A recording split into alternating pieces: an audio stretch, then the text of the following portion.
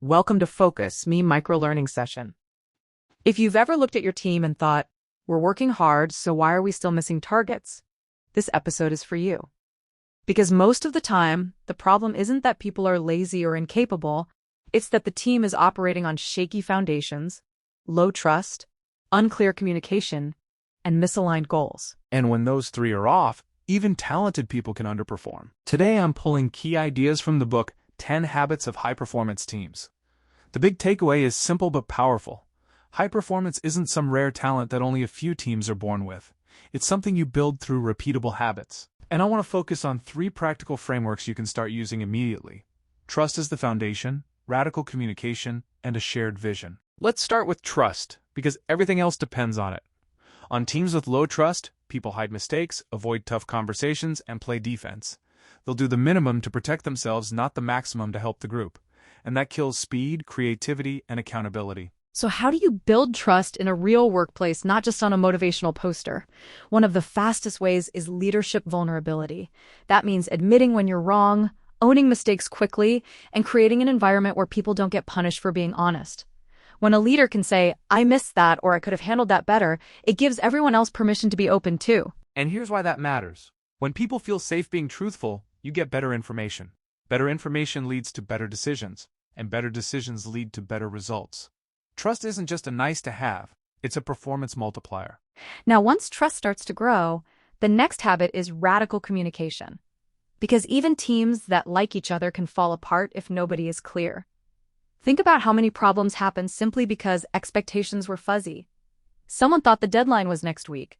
Someone else assumed a different priority. Another person didn't understand why the task mattered, so they treated it like busy work. A simple tool here is to communicate every assignment with what, why, and when. What exactly needs to be done? Why does it matter? What's the purpose or impact? And when is it due specifically? That small structure sounds basic, but it removes ambiguity fast. And it does something else too.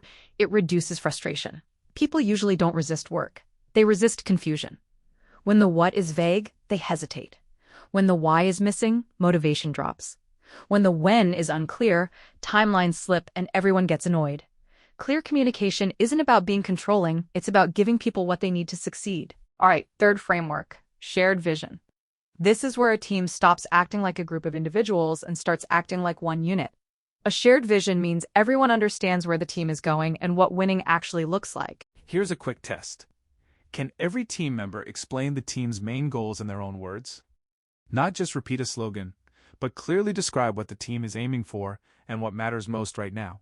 If they can't, you'll get misalignment. People will work hard, but in different directions. And that's how teams get busy without getting better. A strong shared vision creates focus. It helps people make decisions without waiting for permission. It also makes trade-offs easier. When a new request shows up, the team can ask, does this support our vision and priorities, or does it distract us? When you put these 3 habits together, the effect stacks. Trust makes honesty possible. Radical communication makes execution cleaner. Shared vision keeps everyone pointed the same way. And that combination is what turns a struggling team into a high-performing one. So if you're taking just one idea from today, let it be this shift. Move from me to we.